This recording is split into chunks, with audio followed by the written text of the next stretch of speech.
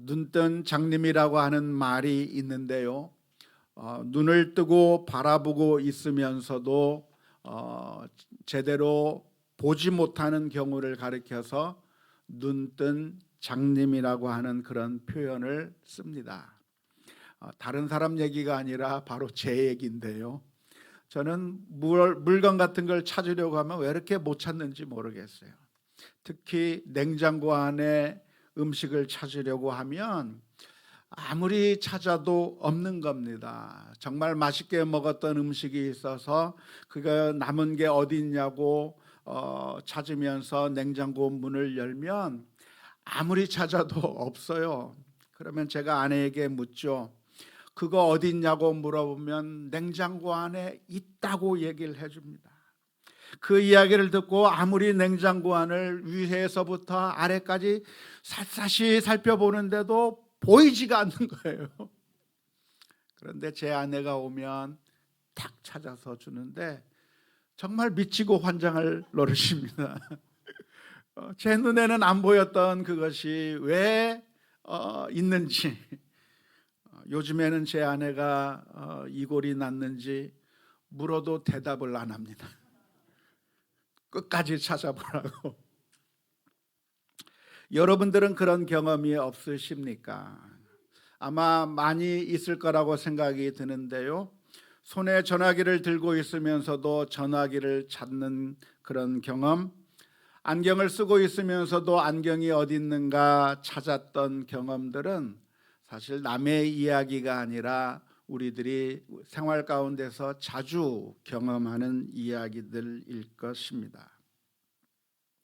오늘 성경 말씀을 보면 하나님께서 아브라함을 향해서 해주신 말씀이 있습니다. 너는 눈을 들어 동서남북을 바라보라. 하나님께서 아브라함을 향해서 동쪽, 서쪽, 남쪽, 북쪽을 바라보라고 말씀해 주시는데요. 하나님께서 이렇게 말씀하시는 이유가 무엇이겠습니까? 그것은 그 동서남북을 바라보면서 하나님께서 얼마나 사랑하고 계시고 하나님의 도움의 손길이 있다고 하는 사실을 발견하라고 해주시는 말씀입니다. 오늘 본문의 배경을 이해한다고 하면 하나님께서 해주신 말씀을 이해하기가 쉬울 것이라고 생각이 드는데요. 지금 아브라함이 만난 이 상황이 어떤 상황이냐면 바로 자신의 유일한 친척이었던 조카 롯과 헤어진 직후의 상황입니다. 우리가 잘 아는 것처럼 아브라함은 본토 친척을 떠나서 하나님께서 지시하는 땅 가나안 땅으로 왔는데 그 타향살이를 하면서 그래도 의지가 되었던 사람은 바로 조카 롯이었을 거라고 생각을 합니다. 여러분은 타향살이를 해보았을 때 그 서러움 그리고 그 아픔을 아십니까? 아마 이곳에만 사셔가지고 잘 모르실 거라고 생각이 드는데요. 저희는 미국으로 유학을 가서 거기서 16년을 살면서 그곳에서 이방인으로 살아가는 그 아픔 같은 것들을 어느 정도 경험한 그런 경험이 있습니다. 그런데 그때 도움이 되는 사람이 누구냐면 같은 한국 사람이에요. 그래서 한국 사람을 만나면 한국에서 한 번도 만난 적이 없고 전혀 전에 관계가 없으면서도 그렇게 좋은 거예요. 그래서 그냥 한국 사람이라고 하는 그 사실 하나 때문에 도와주고 마음을 나누고 그리고 그렇게 같이 있는 것이 너무나도 좋았던 그런 경험이 있었습니다. 아마 아브라함에게 있어서도 가나안 땅이라고 하는 그 타향살이 가운데 유일하게 도움이 되었던 사람, 의지가 되었던 사람이 있었다고 한다면 조카 롯이었을 거라고 생각을 합니다. 하지만 여차저차해서 그 롯과 헤어지게 되었습니다. 데리고 있던 목자들 사이에 서로 다툼이 생겼는데요. 우리 양을 먼저 먹일 것인가 너희들의 양을 먼저 먹일 것인가, 그렇게 아브라함의 종들과 아브라함의 목자들과 롯의 목자들 사이에 서로 다툼이 일어나서 그래서 함께 살 수 없는 그런 지경에까지 이르게 되었을 때 아쉽지만 아브라함과 롯은 헤어지기로 결정을 내렸습니다. 아브라함은 조카 롯에게 우선권을 주어서 내가 좌하면 내가 우할 것이고 네가 우한다고 한다면 내가 좌할 것이라고 선택권을 주었을 때 롯은 눈을 들어서 가장 좋아 보이는 땅이었던 소돔과 고모라를 향해서 떠나버리고 말았습니다.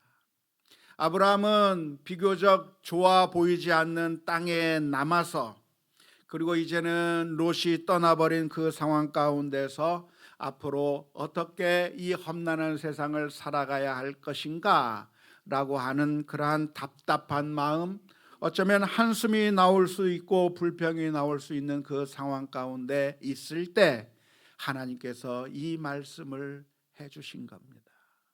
아브라함아, 너는 눈을 들어서 동서남북을 바라보라. 동서남북을 바라보라고 말씀해 주시면서 덧붙인 말씀이 무엇이냐면 15절의 말씀에 이 땅을 내가 너와 내 자손에게 줄 것이라고 하나님께서 다시 한번 말씀해 주셨고, 뿐만 아니라 내 자손들이 땅의 티끌처럼 많아지게 해주겠다고. 지금은 아브라함의 가족만 있는데 그 가족이 넘치고 넘쳐서, 아니 지금 아브라함에게는 아들 하나도 없는데 하나님께서 해주신 약속이 무엇이냐면 내 자손이 땅의 티끌처럼 많아질 거라고 하나님께서 약속해 주신 말씀이 오늘 본문의 말씀입니다. 지금 단순히 눈앞에 보이는 것만 바라본다고 하면 절망적일 수가 있을 겁니다.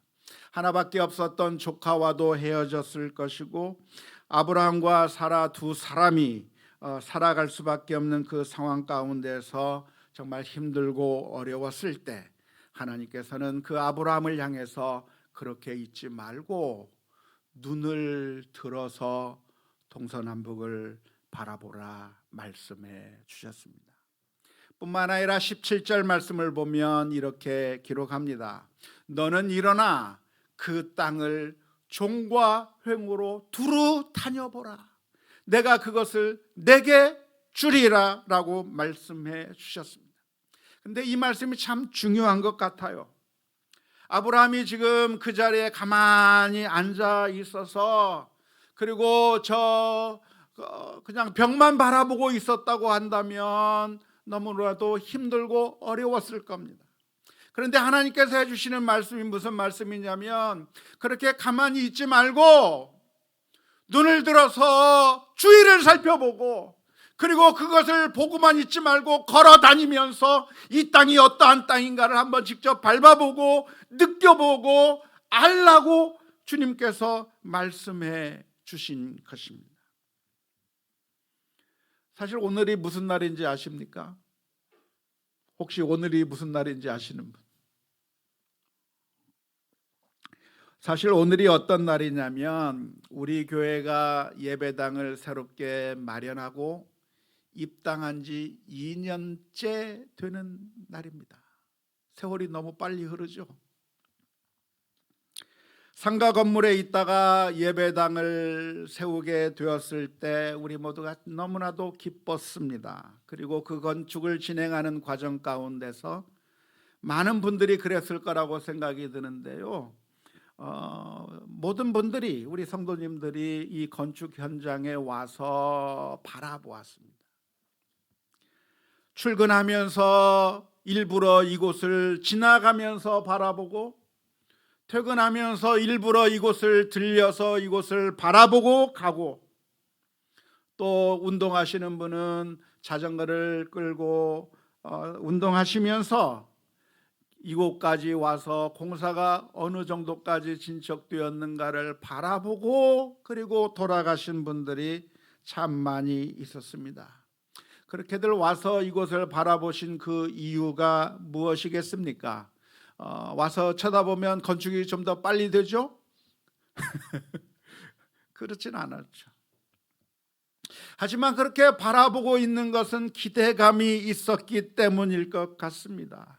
정말 지금 어떻게 역사가 이루어지고 있는지, 어떻게 변해가고 있는지를 그걸 확인하면서 그리고 기쁨을 느껴보는 것인데요, 어쩌면 하나님께서 아브라함에게 해주신 말씀도 바로 그런 말씀인 것이죠. 너는 지금 그 방 안에 가만히 있지 말고 눈을 들어서 동서남북을 바라보고 그리고 종과 횡으로 다니면서 그 땅을 한번 바라봐라. 그것은 그냥 걸어 다녀라, 그냥 그곳을 다녀오라고 하는 그런 의미가 아닙니다. 그냥 두루 다녀보라고 했다고 해서 네 하나님 그냥 두루 다녀보겠습니다 하고 다녀보고 온다고 해서 이 하나님의 말씀을 따르는 것이 아닐 겁니다. 마치 정말 마지못해 불침번을 서면서 경계를 서는 그런 군인들처럼 정말 실증이 나고 싫은데 순번이 돼서 하는 수 없이 나가서 불침번을 서야 하고 경계를 서야 하는, 그래서 그것을 때우고 돌아왔다고 하는 그런 의미의 반응이 아니라 하나님께서 해주신 말씀이 무엇이냐면 걸어 다니면서 하나님께서 해주신 그 약속을 한번 느껴보라고 하는 것이죠. 하나님께서 아브라함에게 해주신 약속이 무엇입니까? 내가 이 땅을 너에게 주겠다고 말씀해 주셨고 이 땅을 가득 채울 그런 민족을 너에게 주시겠다고 하나님께서 약속해 주셨는데, 그것을 가서 밟아보면서 그렇구나, 여기에 하나님께서 은혜를 베풀어 주시는구나, 그것을 신뢰하라고 하는 말씀이 오늘 본문의 말씀인 줄로 믿습니다. 시편 34편 8절 말씀을 보면 아주 특이한 표현이 하나 나와 있는데요, 뭐라고 표현하냐면 이렇게 표현합니다. 너희는 여호와의 선하심을 맛보아 알지어다. 하나님의 선하심을 어떻게 하라고요? 맛을 보라고 그래요. 맛을 보라. 그걸 어떻게 맛을 봅니까? 그 말의 의미가 무엇일까요? 그것은 그냥 눈 감아 버리는 것이 아니라 그 자리에 그냥 힘 빠진 채 주저앉아 있지 말고 걸어다니면서 하나님의 약속이 무엇인지, 하나님의 사랑이 무엇인지, 하나님께서 나를 어떻게 사랑해 주셨는지를 직접 느껴가면서 그것을 체험해 보라고 하는 그런 의미의 말씀일 거라고 생각을 합니다. 지금까지 아브라함이 하나님의 사랑을 깨달은 방법이 있다고 한다면 그것은 하나님의 말씀대로 순종할 때였습니다. 저 갈대아 우르 지방에서 살고 있던 아브라함을 향해서 하나님께서 내가 내게 지시하는 땅으로 가라고 말씀하셨을 때 아브라함은 그 하나님의 말씀대로 정말 길을 떠나면서 하나님의 임재를 체험하게 됐어요. 아, 하나님이 정말 나와 함께 하시는구나, 하나님이 정말 나를 사랑하는구나 하는 것을 그대로 해보면서 깨닫게 된 것이죠. 어쩌면 가장 어리석은 사람이 누굴까요? 어리석은 사람이 있다고 한다면 그냥 가만히 있는 사람이 어리석은 사람일 것 같아요. 아무것도 해보지도 않고 아무것도 시도해보지도 않고 그냥 지레 겁먹고 포기하는 것처럼 어리석은 것은 없을 겁니다. 지난주에 세미나를 하시면서 하명주 교수님이 했던 강의 내용 가운데 무슨 얘기를 했냐면 이런 말씀을 하시더라고요. 뭐라도 좀 하자고. 그런데 그 말이 정말 큰 울림이 됐어요. 그래, 뭐라도 해야지. 코로나니까 포기하고 상황이 이러니까 가만히 있고 아무것도 하지 않으면서 무엇인가 변화를 들기를 기다리고 있는 것처럼 어리석은 것이 없는 겁니다.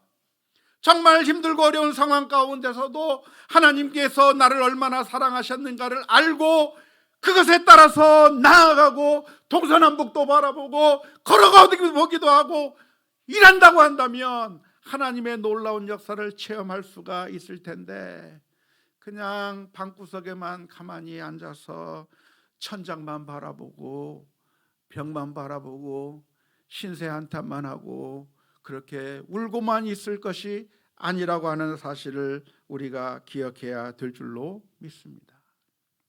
아브라함의 경우는 지금 떠나간 롯을 생각만 하면 이제 정말 나 혼자만 남았구나, 외톨이구나, 이제는 더 이상 나를 도와줄 사람이 없구나라고 생각한다고 했다면 그것은 어리석은 일이 될 겁니다. 하나님께서는 그 순간에 좌절하지 말고 동서남북을 바라보며 하나님께서 해주신 그 약속을 몸으로 직접 느끼며, 그래서 하나님의 그 사랑 가운데서 담대하게 살아가라고 말씀해 주고 계시는데, 저와 여러분들이 이 말씀 가운데 귀를 기울일 수 있기를 주님의 이름으로 축원합니다. 오늘 본문의 말씀을 보면 아브라함은 하나님의 이 말씀을 들었을 때 그대로 행했고, 또 어떻게 했습니까? 18절 말씀을 보니까 이런 말씀이 기록되어 있습니다. 이에 아브라함이 장막을 옮겨 헤브론에 있는 마므레 상수리 스풀에 이르러 거주하며 거기서 여호와를 위하여 제단을 쌓았더라. 하나님을 예배하는 모습, 하나님을 신뢰하고 하나님이 나를 그냥 버리신 것이 아니라 나를 사랑하고 계시고 하나님께서 나를 향해서 놀라운 약속을 해주셨기 때문에 그 약속을 담대히 믿으면서 하나님 앞에 예배할 수가 있었다고 오늘 성경에서 가르쳐주고 있는 것입니다. 어쩌면 우리들은 이 아브라함과 비슷한 상황들을 만나면서 삽니다. 이 세상에 살고 있는 동안에, 이 세상에 발을 붙이며 살고 있는 동안에는 우리가 하나님 앞에 가기 전까지는 우리는 크고 작은 여러 가지 문제들을 만나면서 살게 되어 있습니다. 안타깝게도 아무런 걱정, 아무런 문제 없는 사람은 이 세상에 단 한 사람도 없습니다. 다 어려운 일을 당하면서 곤란한 일을 만나면서 살고 있게 될 수밖에 없는데요, 그때 우리가 기억해야 될 말씀이 있다고 한다면 그렇게 가만히 있지 말고 눈을 들어 동서남북을 바라보라고 하는 주님의 음성입니다. 만일 우리가 우리 자신의 모습만을 바라본다고 하면 100% 실망하고 좌절할 수밖에 없습니다. 왜냐하면 우리들에게서는 선한 것이 나올 수 없기 때문에 그렇습니다. 우리의 현실만을 바라보면 답답할 수밖에 없습니다. 방 안에만 처박혀 있으면 우리는 정말 절망적일 수밖에 없습니다. 아무것도 이룰 수 없을 겁니다.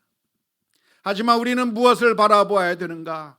지금 눈에 보이는 것만 볼 것이 아니라 눈을 들어서 그 너머를 봐야 되고, 눈을 들어서 하나님의 약속을 바라봐야 되고, 눈을 떠서 하나님의 놀라운 소망을 바라볼 수 있는 우리가 되어야 될 줄로 믿습니다. 부모님들은 어린아이를 기르면서 그 어린아이의 현재 모습만 바라보지 않습니다. 농사꾼은 농사를 지을 그 씨를 보면서 그 씨의 현재의 모습만 바라보지 않습니다. 교사 선생님들은 그 어린아이들의 현재의 모습에만 주목하지 않습니다. 사업가는 지금 내가 가지고 있는 그것만을 바라보지 않습니다. 무엇을 바라봅니까? 지금은 이 모양 요꼴이지만 나중에 변화가 될 것을 꿈꾸면서 기대하면서 나아가는 것이죠. 갓난아이가 무엇을 할 수 있겠습니까? 말을 합니까? 손발을 제대로 사용할 수가 있습니까? 대소변을 가릴 수가 있겠습니까? 아무것도 하지 못하는 그 어린아이를 보면서, 그런데 그 아이만 보는 것이 아니라 그 아이의 울음소리를 들으면서 울음소리가 크면 야, 이 녀석이 나중에 성악가가 되려고 하나? 꿈을 가지는 거예요. 울음소리가 크면 이 아이가 나중에 대단한 연설가가 되려고 하나? 정치인이 되려고 하나?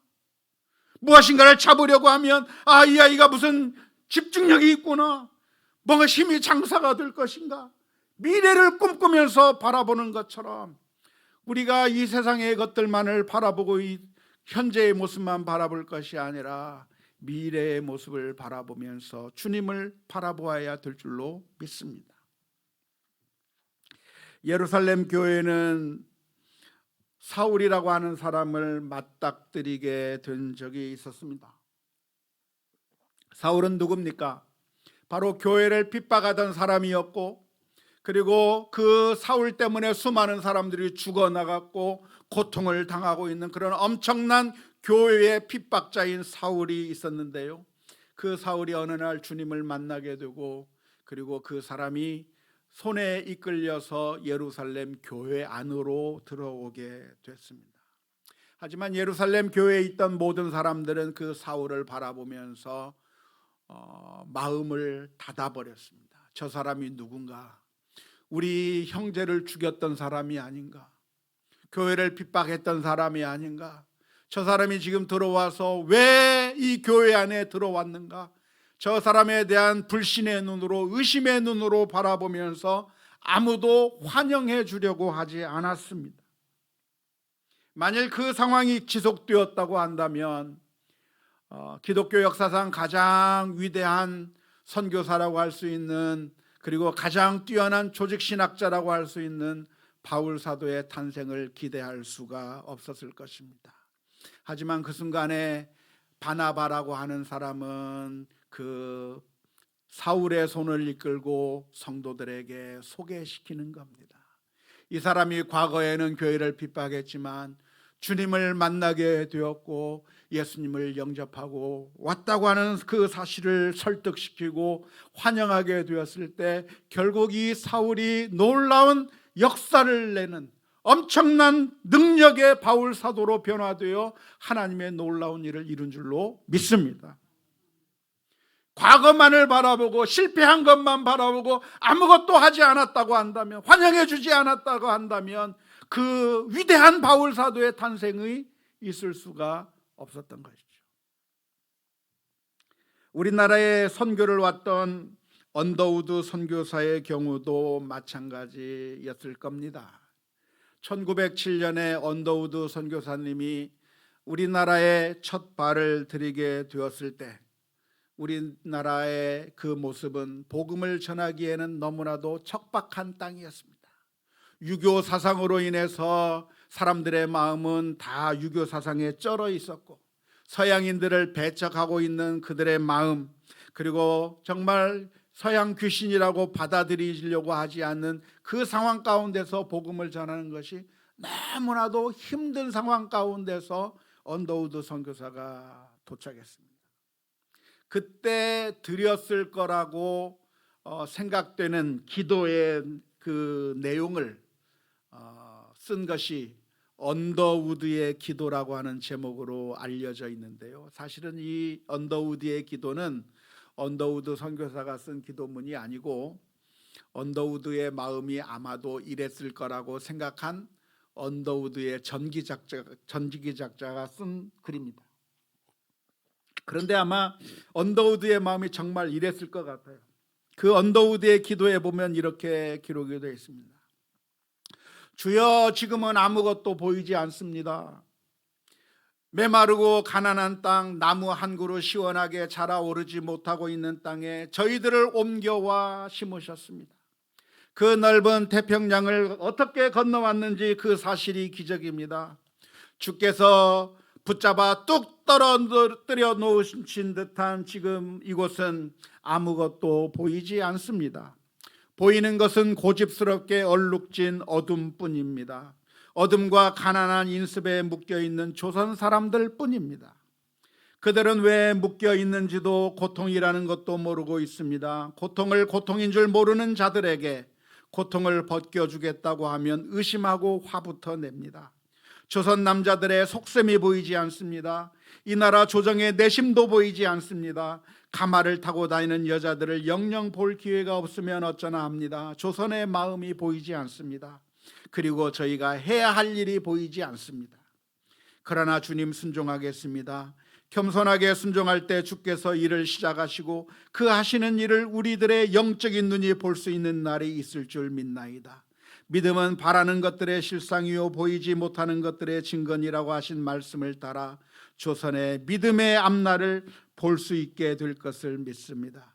지금은 우리가 황무지 위에 맨손으로 서 있는 것 같사오나, 지금은 우리가 서양 귀신 양귀자라고 손가락질을 받고 있사오나, 저희들이 우리 영혼과 하나인 것을 깨닫고 하늘나라의 한 백성, 한 자녀임을 알고 눈물로 기뻐할 날이 있음을 믿나이다.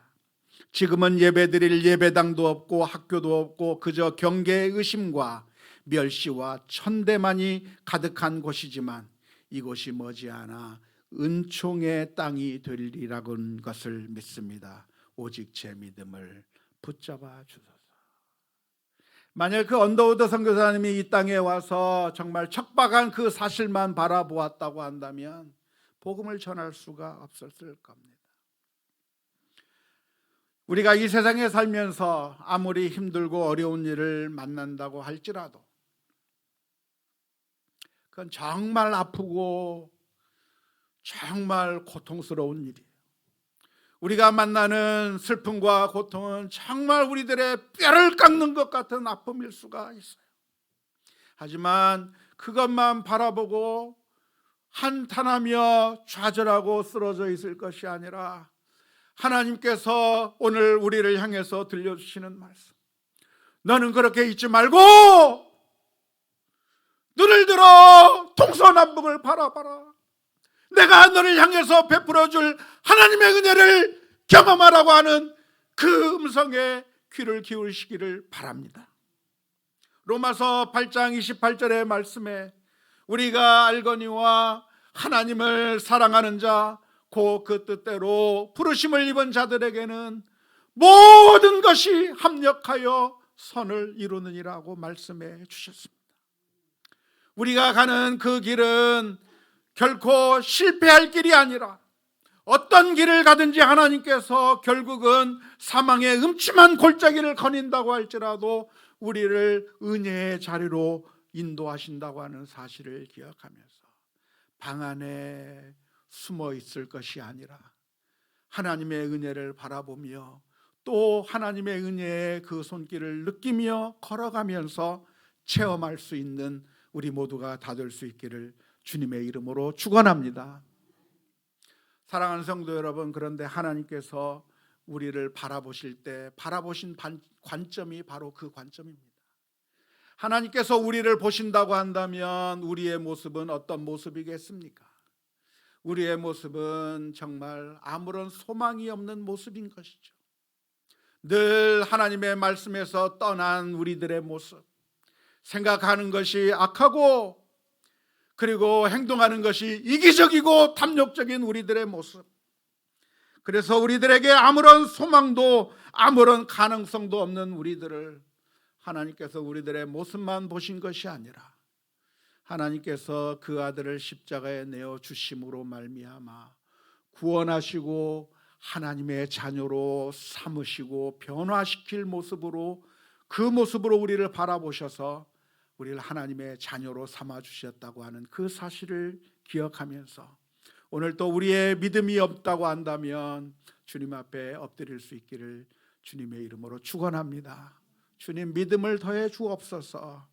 십자가를 통해 우리를 구원해 주셨던 그 놀라운 사랑을 바라볼 수 있는 은혜를 허락해 달라고 날마다 기도하는 가운데 다시 한번 힘과 용기를 얻는 우리 모두가 다 될 수 있기를 주님의 이름으로 축원합니다.